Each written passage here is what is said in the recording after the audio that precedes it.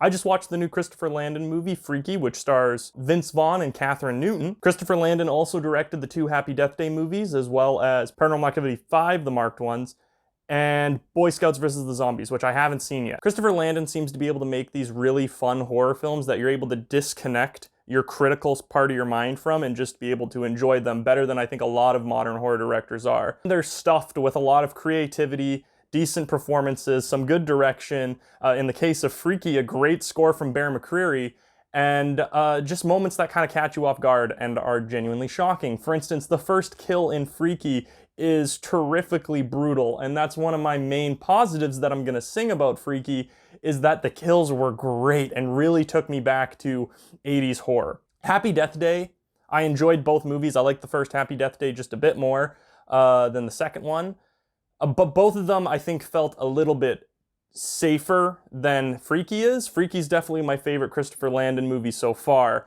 I would say that it seems like Blumhouse let him make a bit more of his own movie this time and let him get away with it a bit more. It's not rated PG. I would imagine it's rated R in the States. I think it was 14A up here in Canada.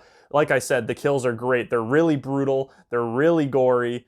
There's really funny one-liners. There's a few things that felt a little bit weird and a little bit off-color. There's a gay character in the movie who at first starts to feel a little bit offensively gay, and what I mean by that is that the character feels like a gay stereotype when you first meet him and are introduced to him, and even has a line that I personally found a little bit problematic, where it's implied that the character is making a joke, but it's kind of an uncomfortable joke when you're introducing a character where he implies that he would be okay with raping a straight male in the film, which is hard to get over. And like, I'm saying that out loud and it sounds awful, but as the film progresses, his character becomes more well-rounded and ends up being more likable by the end of the movie. But right out the gate, when you meet him, you're like, wow, Kathryn Newton is amazing. I've liked her in all the movies I've seen her in so far. Blockers, which was not a great movie, I found her character likable.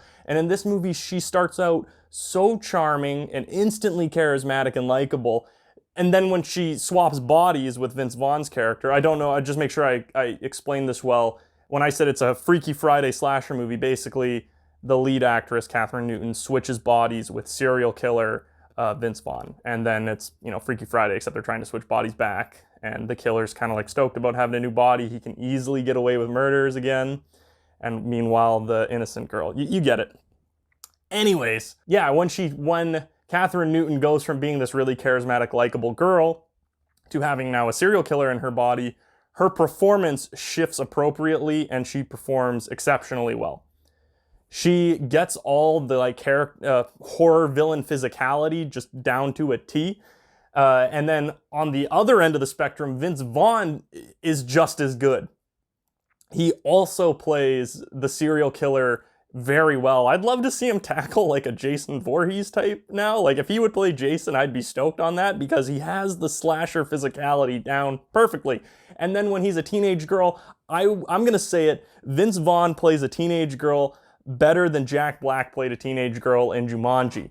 And I haven't seen the second Jumanji yet, so I don't know how he does in that one, or if he even plays a teenage girl in that one. But in this movie, I think it's even more effective because you actually spend more time with her before she transforms or turns into the killer. You spend enough time with her character before she becomes the killer. It's so confusing talking about this kind of thing.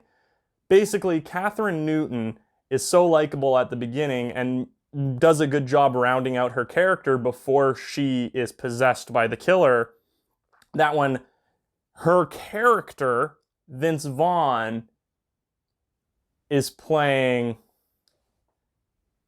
Geez, it's hard to talk about body swapping movies when you're trying to talk about performances and how good a job actors do. Basically, what I'm trying to say is that Kathryn Newton and Vince Vaughn do a really good job playing both the killer and the girl.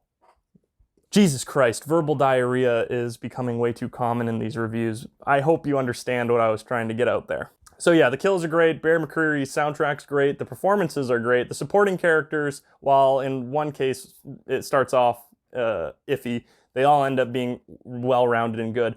I will say, unfortunately, some Blumhouse movies all start to feel kind of samey, and I'm still getting that samey Blumhouse vibe where visually they all look very much from the same studio.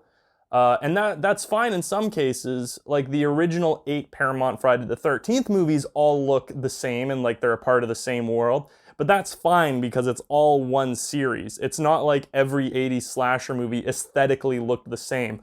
Halloween did not look like Friday the 13th, which did not look like Nightmare on Elm Street, which did not look like Texas Chainsaw Massacre. And that's the problem I'm having here, is where all these Blumhouse movies that aren't actually in the same universe are all looking very samey. Whereas Freaky looks like Fantasy Island, which looks like Happy Death Day, which looks like Truth or Dare, which looks like, and the list goes on. There are exceptions, of course. The Paranormal Activity movies definitely have their own thing going for them, being found footage. And then there's the Jordan Peele movies, which look very unique as well. You know, so there are exceptions to the rule, but a lot of Blumhouse movies have this similar aesthetic that unfortunately feels very bland and plain to me, which unfortunately Freaky falls into, which I think overall kind of holds back, which would have been, in my opinion, a near perfect horror comedy film. By the end of the movie, I was actually surprised how long it was because it did not feel that long. Another negative I'll say, though, is that if this movie had been made in the 80s, I'd be able to buy the fact that, or even earlier, you know, I'm just saying, like if this movie had been made before the 2000s, I'd be able to believe the fact that Vince Vaughn's killer character is able to sneak around and get away from police so easily.